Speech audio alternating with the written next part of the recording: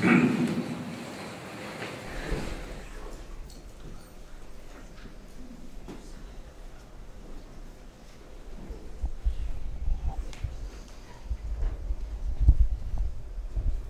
suis Auguet, situé sur un des bras de l'Oise qui rejoint les Trois Ponts, dont la compagnie à la garde. J'ai arrêté mon escouade au moulin et je suis en reconnaissance avec Belfond, Chapelle et Guilloux. Je cherche un endroit propice pour placer les sentinelles. Après quelques minutes de chemin, nous arrivons à une bicoque au bord de l'eau et habitée par deux vieilles gens et une jeune fille qui n'a rien de catholique.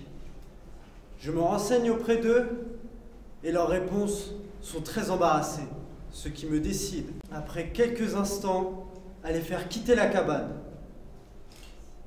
Chose qu'ils refusent. Je fais sortir le bonhomme et ce n'est que sur la menace de le fusiller sur place que les femmes consentent à se retirer.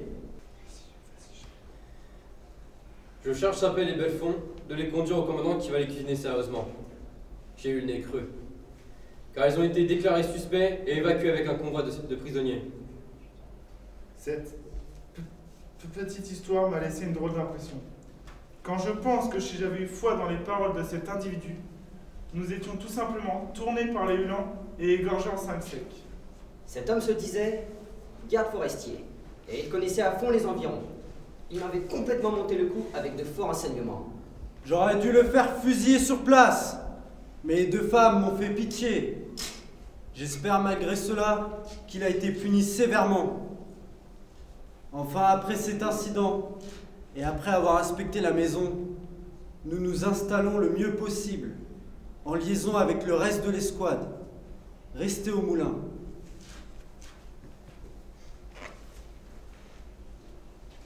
Les obus descendent toujours, mais pour l'instant, nous ne sommes pas très menacés, étant en contrebas du plateau où se déroulent les péripéties du combat. Cette situation dure comme cela jusqu'à 3 heures de l'après-midi. Là, j'ai l'idée de pêcher à la ligne. C'est mon plus grand défaut. Je me rappelle que j'ai vu dans ma maison tout un matériel de pêcheur. Je m'empresse de sauter dessus, et me voilà, tâtant le goujon sous la mitraille. Compagnani me donne un coup de main et nous pensons que le capitaine ne sera pas très content de nous voir là. Enfin, c'est toujours ça de prix. Mais cela n'est pas le plus drôle de cette journée. Le repas du soir fut plus émouvant. Nous avions touché 2 poulets pour l'escouade, et notre cuisinier s'ingénia à nous les faire cuire dans la maison. Quand le tir d'artillerie ennemie fut tout à coup changé. Impossible pour nous de traverser la route pour aller chercher notre poulet sauté. Le pauvre cuistot était bien désolé, et ne parlait pas mieux que de braver les obus pour nous apporter sa cuisine cuite à point. C'est par la fenêtre qu'il nous envoyait la sauce et les oignons. Vous parlez d'un tableau. À chaque bouchée, il nous fallait baisser les chines pour ne pas être fracassés par les obus qui balayaient le chemin. Et c'est après une demi-heure d'angoisse de poulet que l'on parvint à terminer le repas arrosé copieusement, mais pas avec du piccolo, avec de la mitraille allemande. Voilà la première journée dans l'Aisne. Elle ne fut pas terrible pour nos victimes, mais nos pauvres camarades qui se battaient là-haut ont dégusté quelque chose.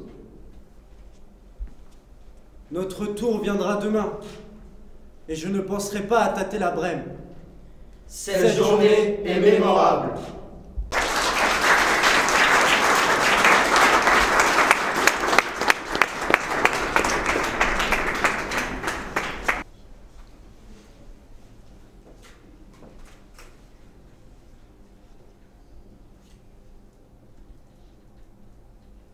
« 28 octobre 1915. Chère Madame, j'ai reçu hier votre lettre du 24 et je m'empresse d'y répondre. Vous avez dû me trouver bien impoli de laisser sans réponse votre première lettre, mais vous ignorez sans doute que je ne pouvais y répondre avant que vous soyez avisés officiellement. Votre mari, Madame, notre bon Alexandre, est tombé comme un brave, en tête de son escouade, frappé d'une balle de mitrailleuse qui ne lui a pas laissé le temps de dire un mot. Ses camarades, aussitôt qu'ils l'ont pu, l'ont transporté en arrière et l'ont enseveli le mieux possible. Pendant le bombardement continuel sur la route de Laon à Reims, il est là avec plusieurs camarades. Les sapeurs ont arrangé leur tombe. Que la pensée de le retrouver dans l'autre vie vous soutienne, Madame, que son exemple soit l'honneur de vos enfants, nous le regrettons tous. Veuillez agréer, madame, mes sincères condoléances. Veuillez agréer, madame, mes sincères condoléances.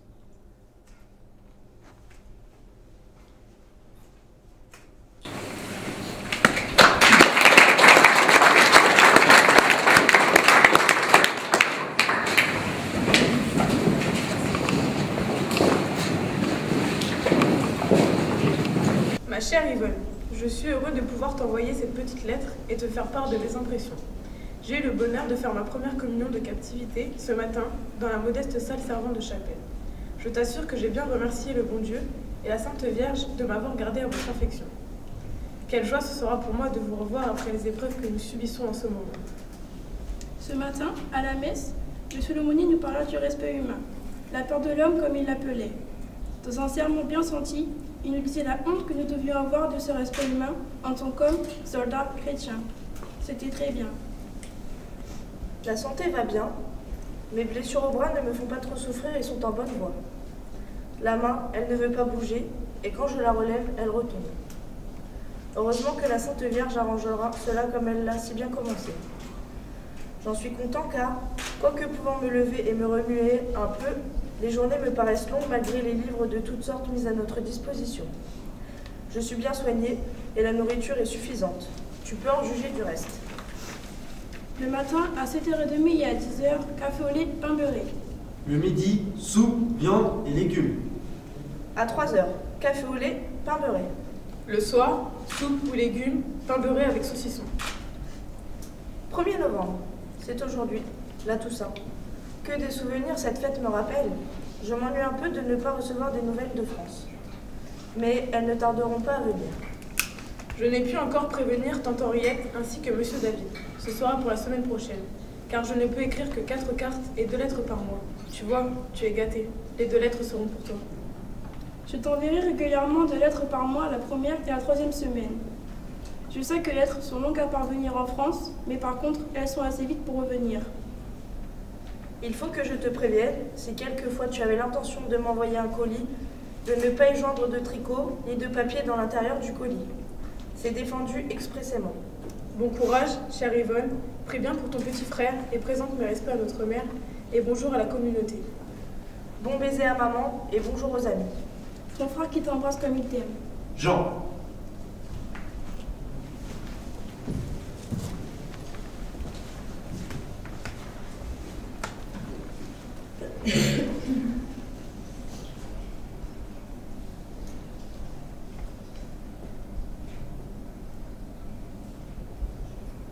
Mon trésor bien-aimé, j'ai reçu ce matin ta lettre du 14. Tu vois, je reçois aussi tous les jours une lettre de toi en ce moment. Et je suis contente que ce soit la même chose pour toi. Moi aussi, mon beau trésor. Si je n'ai pas de tes nouvelles, je m'ennuie.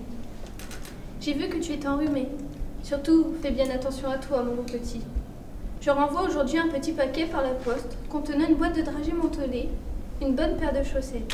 Il faut que tu fasses attention d'avoir bien chaud aux pieds. Une boîte de Valda, le paquet d'Alain pour te gargariser.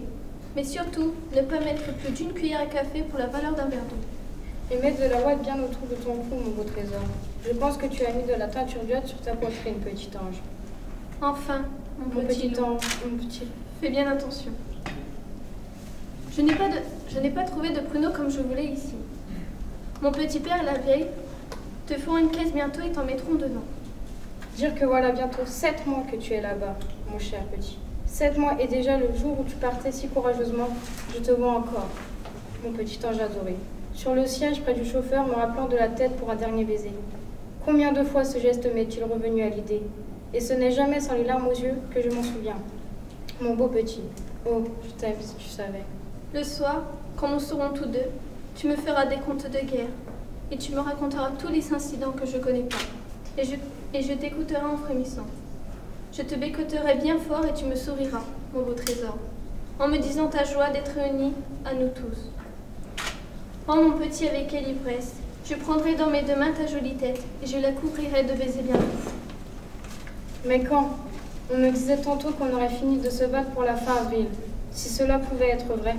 Au revoir, mon beau petit trésor. Reçois de ta petite femme, qui pense bien à toi, les plus affectueux baisers. Tout le monde est en bonne santé. et t'embrasse bien fort.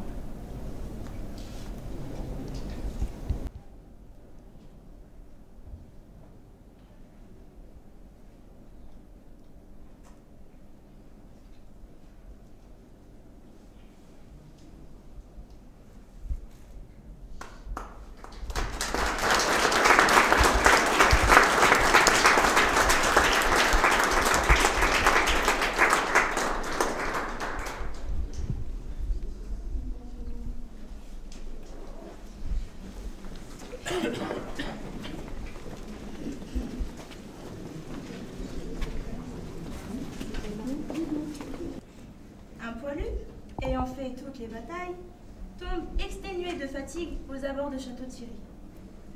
Il s'endort et, dans un rêve, s'en va tout droit au paradis. Saint-Pierre le reçoit et le dialogue suivant s'engage. D'où viens-tu, mon brave? Que veux-tu? Je viens de Paname. Je suis en Perme. J'ai vu Nénette et Rintintin. Je viens ici voir Sainte-Geneviève. Sainte-Geneviève n'est pas ici. Elle est auprès du général Guillaume pour la défense de Paris. Ah. Eh bien, faites-moi voir Jeanne d'Arc. Jeanne d'Arc est auprès de Foch et Pétain, préparant la victoire des Alliés. Alors pourriez-vous tout au moins me présenter au bon Dieu? Impossible, mon garçon. Le bon Dieu est avec les Américains, dans la mare. Oh, alors il y a du bon. Guillaume est foutu. Au même moment, une marmite tombe à ses côtés. Adieu le paradis. Il se réveille en enfer.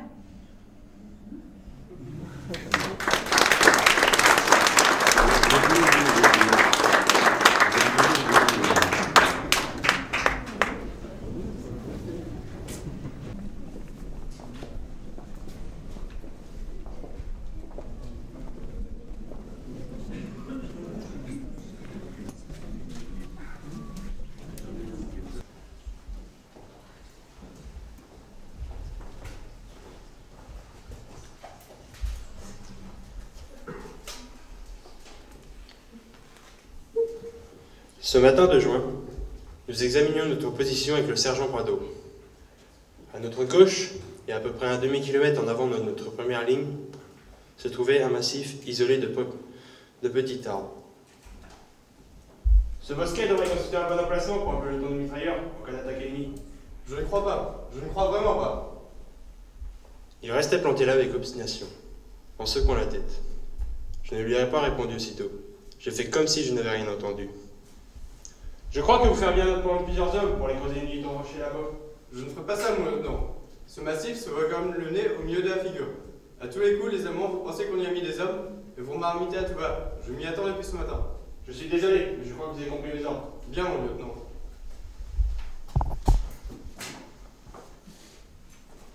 Quelques minutes plus tard, Prado et ses hommes avaient traversé les blés à plat ventre, et dans mes jumelles, je les ai vus pénétrer derrière les arbres. Quand on atteint le massif d'arbres, le sergent Prado nous a aussitôt ordonné de creuser. J'ai jamais rien entendu d'aussi idiot. C'est quoi cette idée qui lui a pris de nous envoyer ici? Pose pas de questions. Le gouvernement te paie tes 30 heures par mois pour faire ce qu'on te dit, pas pour poser de questions.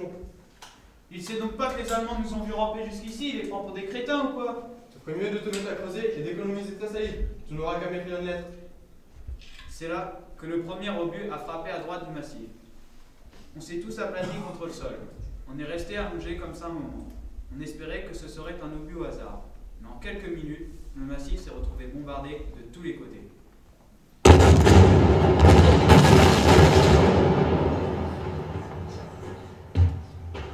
Bob Alden était couché dans le fossé avec moi.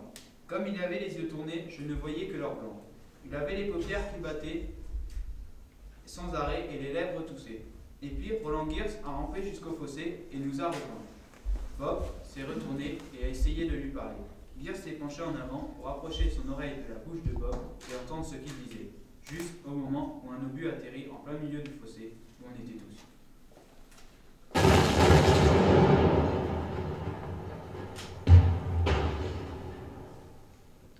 Tout est resté silencieux pendant que les artilleurs allemands corrigeaient leurs tirs.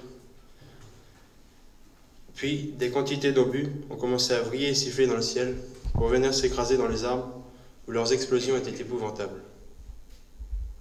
Le pilonnage a duré 20 minutes avant de cesser aussi soudainement qu'il avait débuté. J'ai couru dans les blés, terrifié, regrettant l'acte que j'avais commis par vanité, et la première chose que j'ai vue en atteignant le massif, c'était le corps d'Aden, de Gears et de Carol, entassés les uns sur les autres. Le sommet de leurs crânes défoncés, leurs figures dévastées. Allongé en travers d'un arbre abattu, le corps ouvert devant ton menton, gisait le sergent Poirot. Et debout, la tête penchée, Leslie Jordan regardait sa main, dont les doigts avaient été emportés. Je me suis appuyé contre un arbre pour ne pas tomber. Je voulais pas faire ça. Je voulais pas.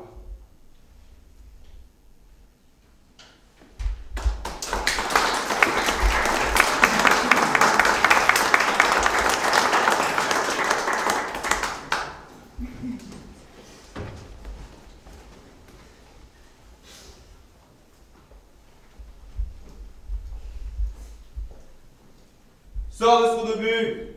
Sors de là! Dégage! Non! Non!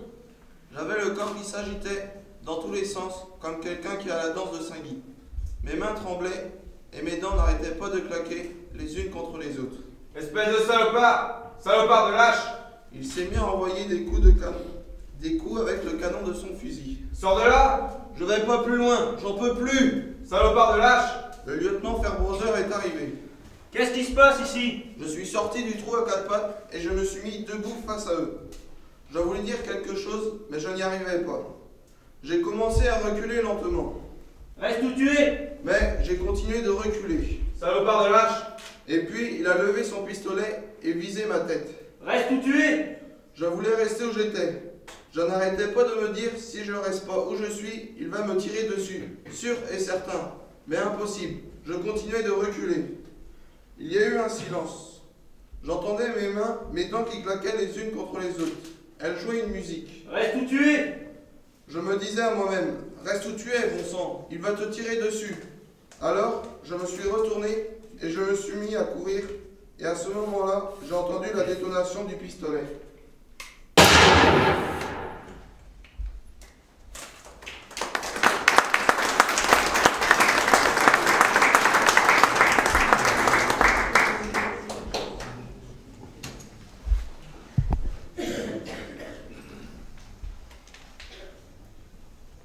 Fairbrother, courrier. De Noé, courrier. Jewett, courrier.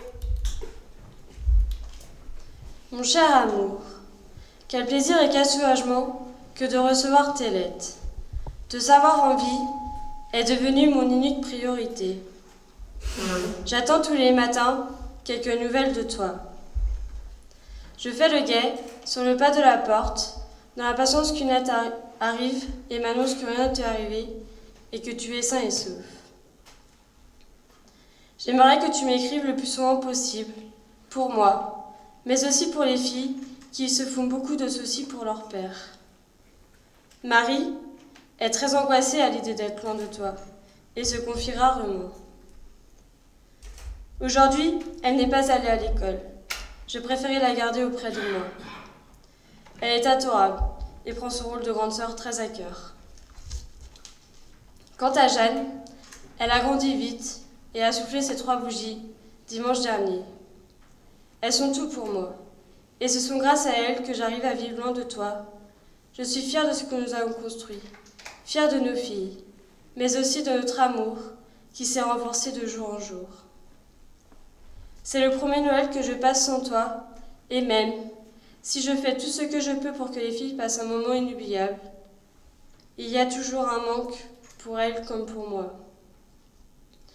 Aujourd'hui, Jeanne m'a demandé quand est-ce que tu rentreras pour qu'elle te prenne dans ses bras et te couvre de baisers. Elle est encore trop jeune pour se rendre compte de la situation actuelle. J'espère que tu as reçu mon colis ou que tu vas le recevoir très bientôt. J'y ai mis tout ce que tu aimes. N'oublie pas que je t'aime et que je ferai tout pour toi. Tu es ma force, tu es mon pilier, mon cœur. Passe un joyeux Noël. Rose.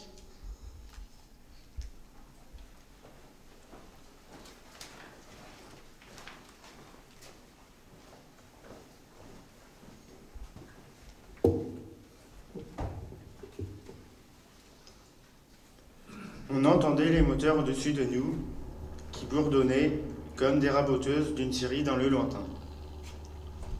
Puis venait un silence juste avant le sifflement de la bombe qui commençait sa descente. Dès qu'on le repérait, la colonne, d'abord terrorisée, s'immobilisait, et puis les hommes rassemblaient leurs forces en espérant que les pilotes allaient rater la route cette fois-là. Ensuite, venait un éclair, puis une explosion, et après, on contournait l'entonnoir et les morts qui étaient couchés dedans. Les hommes doublaient le pas pour rattraper la colonne de reconnaissance. On se chamaillait, on se bousculait, sacs légers sur le dos seulement, fusils en bandoulière. Les avions qui, entre-temps, avaient gagné en audace, se sont mis à survoler la route de près pour nous arroser à la mitrailleuse. On voyait les éclairs sortir des canons, et dans le ciel, les balles traçantes rouges ressemblaient à des lucioles. On restait ventre contre terre, on embrassait la route, on essayait de se fondre dans le sol, pendant qu'autour de nous, les balles pleuvaient.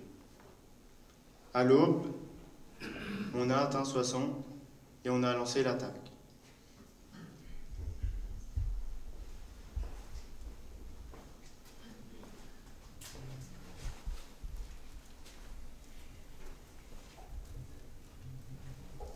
Je me suis réveillé dans un train sanitaire.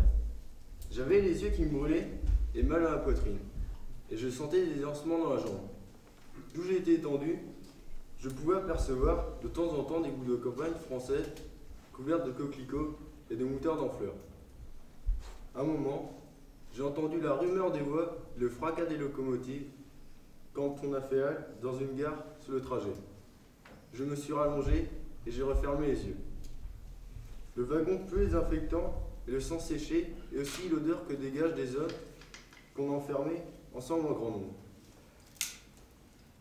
Au-dessus de moi, un type parlait sans arrêt du Nebraska.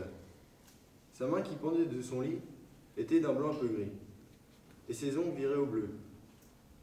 Il parlait doucement, d'une voix lente. Il voulait dire des tas de choses parce qu'il savait qu'elle allait mourir avant qu'on ait atteint l'hôpital. Mais il n'y avait personne pour l'écouter.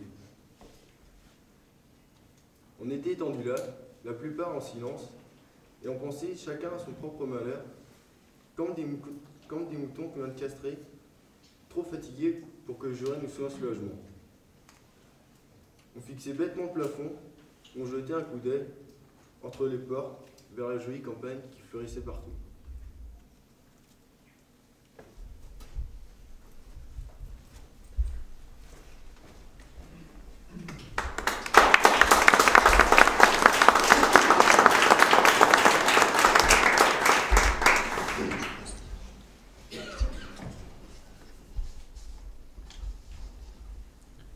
Bernie Glass, Jackie Bauer et moi, quand on a sauté dans la tranchée, on n'a vu personne sauf un tout jeune Allemand, rondouillard, qui était mort de trouille. Il était en train de dormir dans un abri, et quand on a sauté, les baïonnettes fixaient nos fusils. Il est sorti de son abri en courant et il a essayé de passer par-dessus le parapet. Jackie l'a attrapé par le fond du pantalon et l'a ramené dans la tranchée. Et Bernie a fait mine de l'attraper avec sa baïonnette 2 ou 3 fois, juste pour lui faire peur. Et je peux vous dire que ça a bien marché. Mais quand Jackie s'est mis à lui parler en allemand, le gamin s'est calmé un peu. Il nous a supplié de le laisser partir, mais on lui a dit que c'était pas possible, vu que selon les instructions du capitaine Matlock, on devait le faire prisonnier. Alors, il a dit qu'il préférait être tué tout de suite, parce que les Américains tranchaient les mains et les pieds de tous leurs prisonniers. De votre vie, vous avez déjà entendu quelque chose d'aussi idiot ? Quand Jackie nous a rapporté ce qu'il avait dit, sur le coup Bernie s'est fâché. Demande-lui, il a eu son tuyau. Demande-lui qui lui a raconté des bobards pareils. Après avoir reparlé avec le gamin, Jackie s'est tourné vers nous pour nous répéter sa réponse en anglais. Il dit que c'est ce qu'on apprend en cours d'instruction, que tout le monde le sait, que c'est même dans les journaux. Ben mon petit salaud, osez dire ça alors que tout le monde sait, c'est pas nous, mais eux, les teutons qui font ces trucs-là. Sacré nom de Dieu, si c'est pas du culot ça. J'ai une idée, on va s'amuser un peu. Dis-lui que d'après le règlement, quand on fait un prisonnier, on doit lui tailler ses initiales sur la peau du ventre avec un couteau de tranchée. D'accord. Quand il a arrêté de se gondoler, il a répété au petit Allemand ce que Bernie avait dit. et j'ai bien cru que le gamin allait tourner de l'œil. Il est devenu tout pâle et il s'est mis à gémir, allongé dans la tranchée, la joue contre la paroi. Et puis, il a déboutonné sa tunique et on a vu qu'il portait un beau ceinturon Gott mit uns. Jackie le voulait en souvenir. Il l'a montré à Bernie et lui a dit qu'il allait se le prendre si aucun d'entre nous le voulait. Tu peux pas faire ça, ça serait du vol. Bon, d'accord, je vais lui acheter. Donc, il a expliqué au petit Allemand qu'il voulait son ceinturon et qu'il lui en donnait 10 francs. Le gamin lui a pas répondu. Je crois qu'il a même pas entendu Jackie, tellement il pleurait et tellement il se tordait les mains en pensant à comment on allait lui taillader le ventre. Bon, d'accord, prends-le. Prends-le si tu veux. Mais quand Jackie s'est penché pour défaire la boucle du ceinturon, le petit gamin allemand a poussé un cri et lui a tranché la gorge d'une oreille à l'autre avec un couteau qu'il donnait caché sous sa tunique.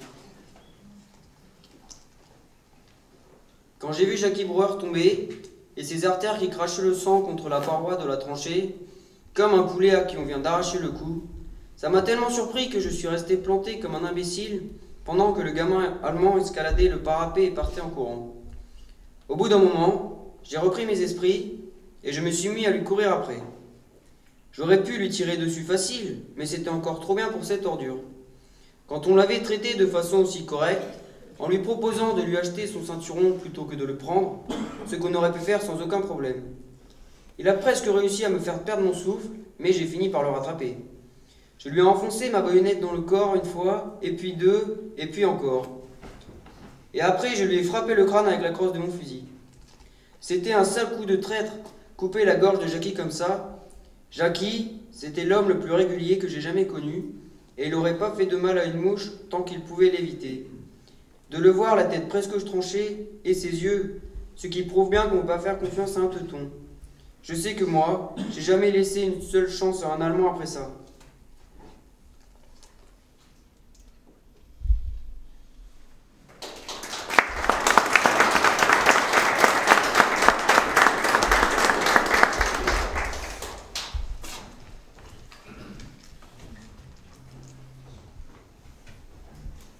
Je n'avais pas la moindre intention de déserter. Rien n'était plus loin de moi ce soir-là.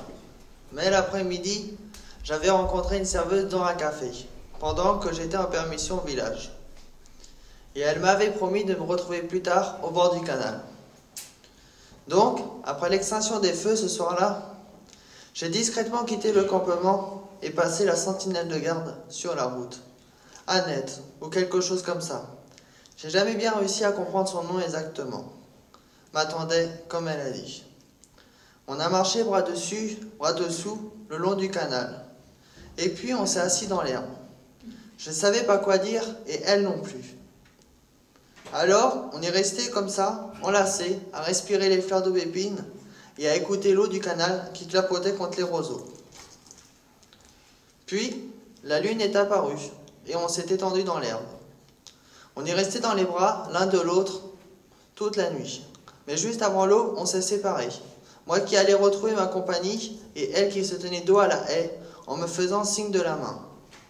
J'ai coupé à travers champs. Je voulais regagner le dortoir avant l'appel. Mais quand j'ai atteint mon campement, ma compagnie était partie. J'ai remballé mon barda et je me suis dépêché de les rattraper. Quand j'y suis arrivé, 10 jours plus tard, il était au combat à Saint-Mihiel. On m'a retiré mon fusil et on m'a arrêté pour désertion devant l'ennemi. C'est pas vrai, bon Dieu, vous pouvez pas me dire ça. Je ne suis pas un déserteur, j'avais aucune intention de déserter. On devait nous attribuer un secteur tranquille, pour une fois, et en vérité, c'est bien ce qu'on a eu. Derrière nous se trouvait la ville de Pont-à-Mousson, devant nous coulait la Moselle, et de l'autre côté du fleuve, les Allemands étaient dans leurs tranchées. La nuit où on a pris la relève, les Français nous ont expliqué les règles du jeu, et nous ont demandé de les respecter. Le matin, les Allemands pouvaient descendre au bord de l'eau pour nager, faire la lessive ou ramasser des fruits dans les arbres de leur côté du fleuve. L'après-midi, ils devaient disparaître et on avait toute liberté de nager, de jouer ou de manger des prunes de notre côté à nous. Ça marchait impeccablement. Un matin, les Allemands nous ont laissé un mot où ils s'excusaient de devoir nous informer qu'on allait être bombardés ce soir-là à 10 h et que le tir de barrage allait durer 20 minutes. Et ça n'a pas raté. L'artillerie a ouvert le feu, mais tout le monde s'était replié d'1 kilomètre vers l'arrière et était allé se coucher. Et il n'y a pas eu de mal. On a passé 12 jours magnifiques, stationnés près de la Moselle, et puis, à notre grand regret, on a levé le camp. Mais on avait tous appris une chose. Si les hommes de rang de chaque armée pouvaient simplement se retrouver au bord d'un fleuve pour discuter calmement, aucune guerre ne pourrait jamais durer plus d'1 semaine.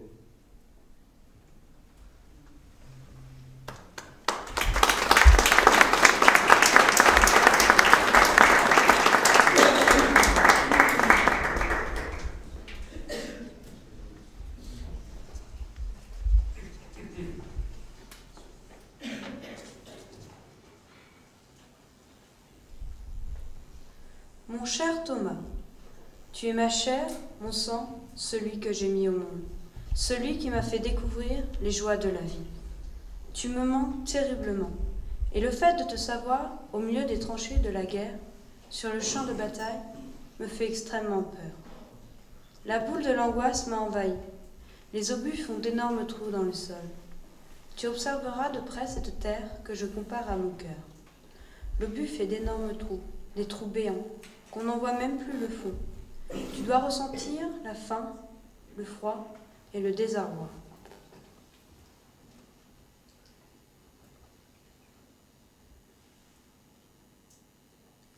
Hier matin, en me levant, j'ai vu mon reflet se poser sur la fenêtre gelée du salon. Un reflet si vide. J'y voyais la vieillesse, mais personne à mes côtés. Seul, avec le cœur brisé par la glace. J'espère que grâce au temps qui passe, surtout, tout redeviendra comme avant.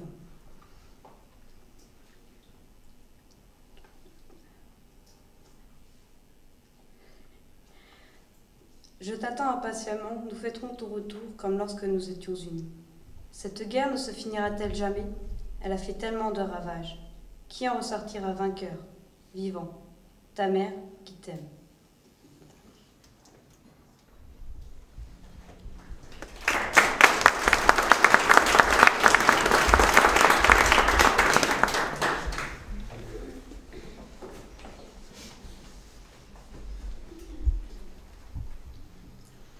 Le caporal Foster nous a dit de charger nos fusils et d'aller à la carrière de Caillou. Là-bas, il y avait des prisonniers et le capitaine McLeod nous avait ordonné de les emmener dans le ravin pour les fusiller.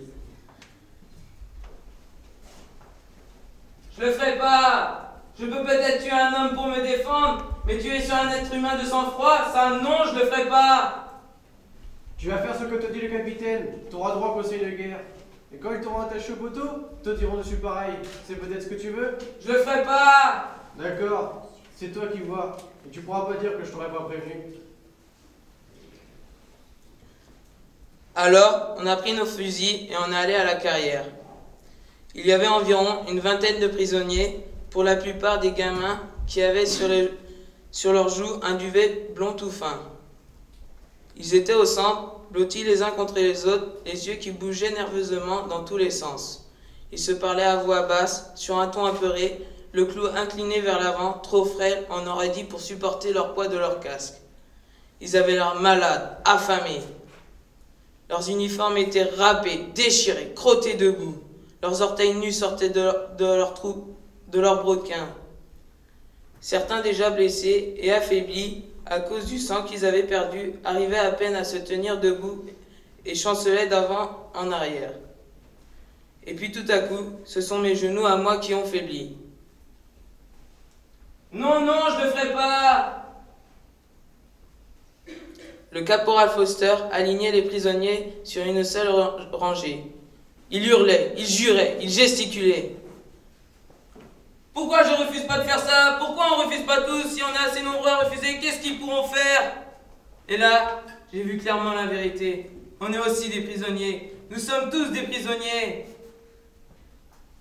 Non, je le ferai pas.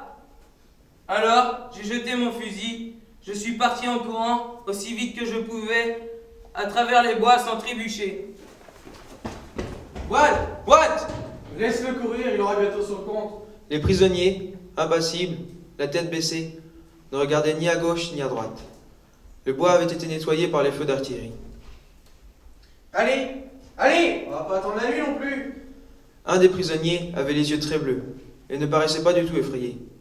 Il a commencé à s'adresser à ses camarades en souriant et en secouant la tête. Je ne comprenais pas ce qu'il disait, mais j'avais dans l'idée qu'il leur expliquait qu'ils ne devaient pas s'inquiéter, qu'ils n'avaient rien à craindre. Ces hommes portent un uniforme différent et ils parlent une autre langue, mais ils sont faits de la même chair et du même sang que nous, je l'imaginais leur dire. Nous n'avons rien à craindre. Tout à coup, l'homme aux yeux bleus m'a regardé et m'a souri. Et avant que je me rende compte de ce que je faisais, je lui souriais moi aussi. Et puis, le sergent Polton a donné le signal et les fusils se sont mis à crépiter et à arroser le talus d'un bord à l'autre. J'ai visé l'homme aux yeux bleus. Je ne sais pas pourquoi, je voulais qu'il soit tué sur le champ. J'ai continué d'arroser le talus d'un bord à l'autre selon les consignes. Tout ce en quoi on m'a appris à croire sur la miséricorde, la justice et la vertu est un mensonge, je me disais. Mais le plus gros mensonge de tous, c'est la phrase « Dieu est amour ». C'est vraiment le mensonge le plus terrible que l'homme ait jamais conçu.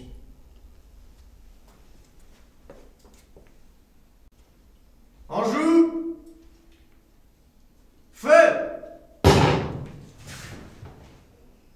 Quand le dernier prisonnier a cessé d'agiter les pieds, mon escouade est sortie du ravin pour regagner sa tranchée. Je me suis mis derrière un arbre abattu et ils ont continué sans remarquer que je suivais pas.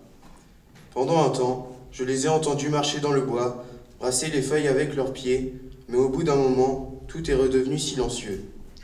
Alors, je suis retourné au ravin pour fouiller les poches des morts, mais ça valait à peine le coup. La plupart avaient des marques papier et quelques pièces en métal avec un trou carré au milieu. Les pièces, je les ai mises dans ma poche. Il se pouvait qu'elles aient de la valeur. J'en savais rien. Il y avait aussi plein de lettres et de photographies que j'ai déchirées et jetées en tas. Certains portaient la chevalière de leur régiment au doigt et j'ai récupéré les bagues. Elles se vendent 3 ou 4 francs pièce. Et puis, sur un des bonhommes, il y avait un beau briquet gravé à la main en forme de gourde, mais pas grand-chose à part ça. Ce que je cherchais vraiment, c'était des croix de fer. Elles valent vraiment du pognon au service du matériel. Ça fait un beau souvenir et les gars en achètent pour les envoyer à leurs fiancés. Des fois, ça rapporte jusqu'à 150 francs la médaille. Les boches la portent généralement épinglée à leur tricot de peau, sous la tunique où elle se voit pas. J'ai bien vérifié sur chaque bonhomme, mais s'il y avait une seule décoration chez ces prisonniers, je ne l'ai pas trouvée. J'avais presque fini quand j'ai levé la tête et j'ai vu le sergent Pelton me regarder bien fixement, sans bouger les yeux. Je cherche des croix de fer. Repose ce que tu as pris. Ça rèmera à quoi, sergent? Si on le ramasse pas, ça sera d'autres qui le feront. Tenez, prenez-le si vous le voulez. Rejoins ton escouade. D'accord, d'accord. Si c'est ça que vous voulez, moi ça me va. Mais faut pas vous énerver pour ça. Rejoins ton escouade.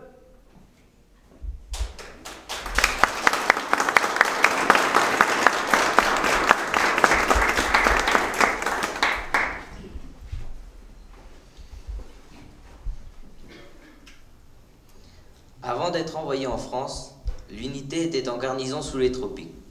Et c'est là qu'ils ont dégoté Tommy, la mascotte de la compagnie. Je sais pas exactement ce que c'était comme bestiole, mais le plus approchant, ça serait le raton laveur. D'après le sergent Halligan, au Honduras, ils appelaient ça des grands fourmiliers. Moi je pourrais pas dire, mais ce que je sais, c'est que Tommy avait plus de jugeote que le capitaine Matlock et tous ses officiers réunis.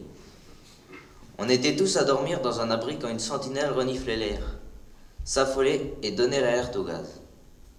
Alors tout le monde s'enfilait son masque et on restait assis à attendre jusqu'à la migraine à cause du masque qui serrait trop. J'ai fini par piger que Tommy continuait de dormir tranquillement en poule pendant que tout le bruit s'affolait si c'était une fausse alerte. Mais que quand il y avait vraiment du gaz, il n'avait pas besoin d'être averti par une sentinelle. Il allait se creuser un trou pour enfuir son museau sous la terre. Une fois que j'ai compris ça, j'ai plus jamais fait attention aux alertes que Tommy confirmait pas. Et je me suis jamais fait gazer non plus. Tommy adorait le lait concentré, et Mike Umstead, le sergent chargé de la cantine, lui en donnait. Une fois après Saint-Miguel, la roulante n'a pas retrouvé la compagnie pendant 2 jours. Le capitaine Matlock a envoyé une dizaine d'estafettes pour essayer de la localiser, mais aucune n'y est arrivée. Alors j'ai détaché Tommy, et je lui ai dit « Tommy, écoute, va chercher Mike, lait concentré. Va voir Mike, t'auras du lait concentré. » Tommy a sauté de mon épaule et filé à travers bois, droit devant, la queue qui frétillait d'excitation. Cette fois-là, j'ai bien cru qu'il se trompait. Mais je l'ai quand même suivi. Et en un quart d'heure, il avait localisé la roulante et il grimpait sur la jambe de Mike pour frotter son museau contre sa joue. Mike nous avait en fait dépassé dans la nuit sur la route avec sa cuistance et il se trouvait donc à plusieurs kilomètres devant nous. Mais le capitaine Matlock n'avait évidemment jamais envoyé d'estafette dans cette direction. J'ai gratté le ventre rempli de lait concentré de Tommy et je lui ai fait un clin d'œil. Il a retroussé les babines et s'est frotté le museau. Sa façon à lui de se marrer un bon coup.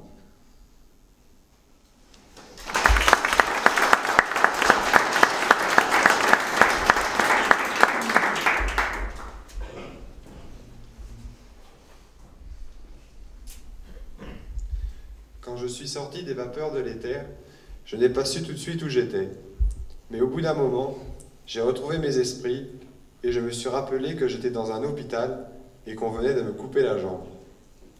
Et puis, l'infirmière m'a donné un médicament à avaler et la douleur s'est arrêtée. J'avais l'impression que tout s'embrouillait. Pendant un temps, je savais où j'étais et ce qui m'était arrivé. Et puis, je m'endormais et je me croyais rentrer à la maison. Je ne sais pas quelle heure il était quand j'ai entendu des gens qui chuchotaient au-dessus de mon lit. J'ai ouvert les yeux et puis j'ai regardé. Et tout ce que j'ai vu d'abord, c'était une vieille dame qui avait une tête gentille penchée vers moi. Va savoir pourquoi, je me suis cru à Little Rock.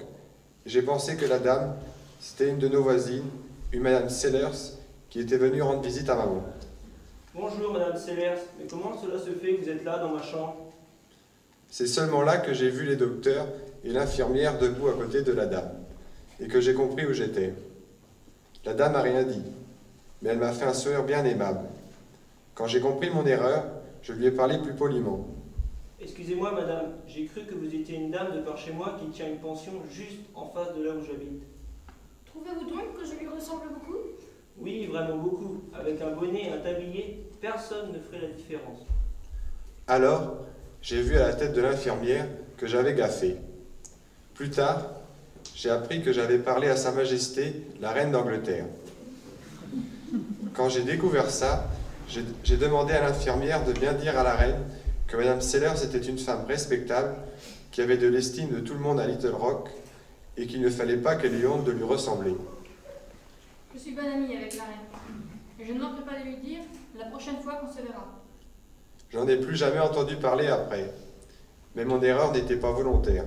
Et c'est bien comme ça, apparemment, que la reine avait vu les choses. Mais je parie quand même qu'elle se souvient encore de ma bévue et qu'elle a ri de moi plus d'une fois depuis.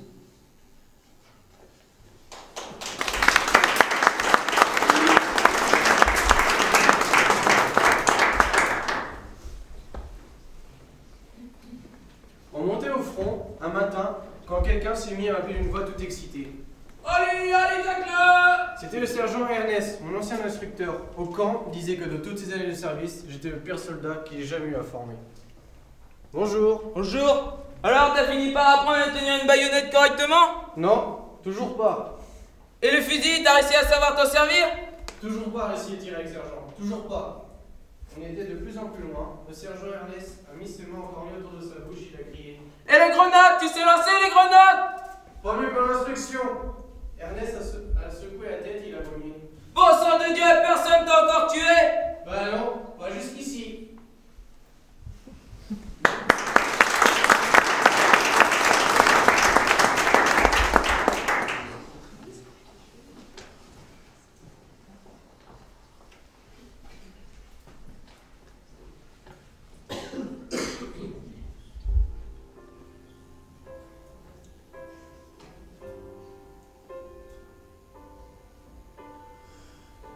Mon amour de papa, pourquoi t'ont-ils choisi?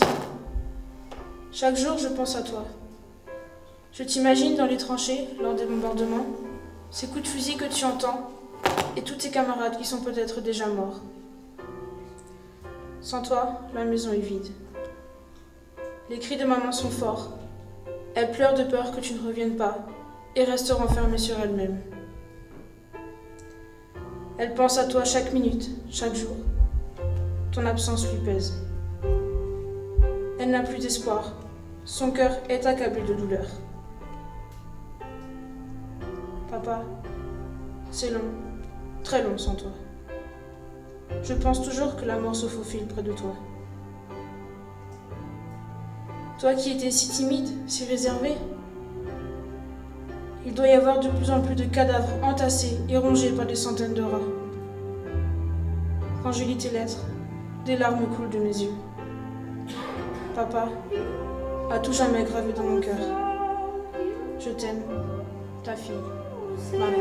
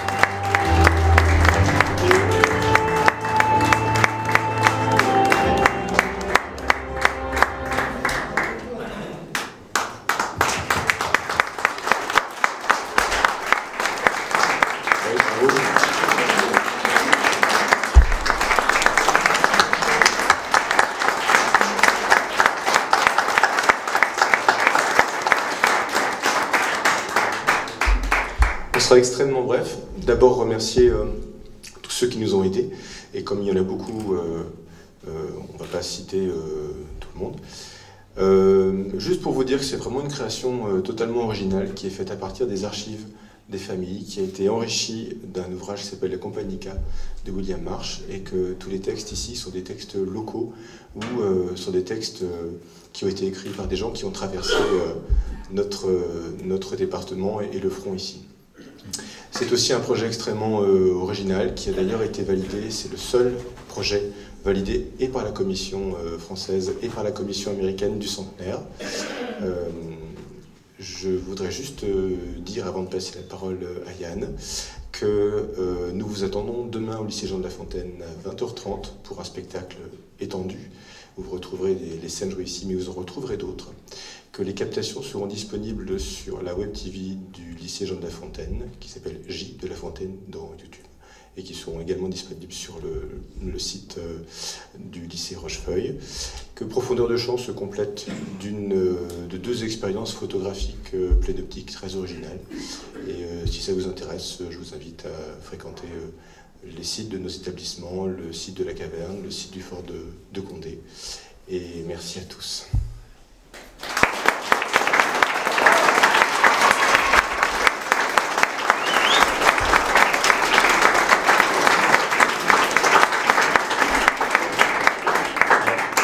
Moi, je voudrais d'abord vous remercier, vous, d'être venus nous voir. Merci beaucoup.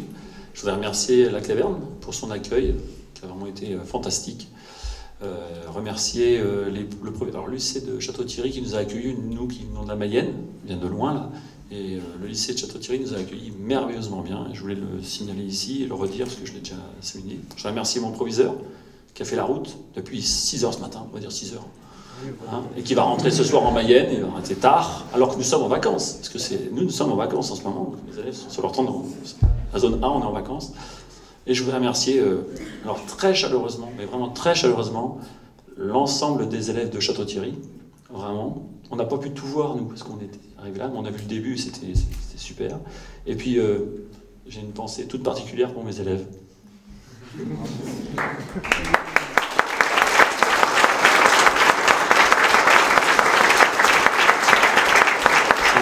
C'est un peu touchant. Et puis, il y a 2 comédiens qui sont ici, qui ont travaillé avec nous, on ne les a pas cités. Je pense que c'est important. D'ailleurs, j'aimerais qu'ils viennent nous rejoindre parce qu'ils ont fait un gros travail toute l'année. Patrick Sleur, l'empereur romain. Didier Perrier, qui malheureusement ne peut pas être présent, et Bruno. Voilà, parce que je t'ai toujours appelé Bruno, en fait, je sais pas ton nom, mais Bruno, qui est fantastique.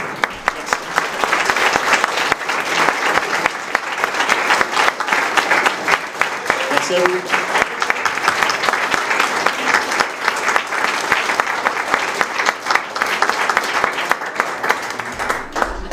Voilà, maintenant, il faut rentrer. Hein.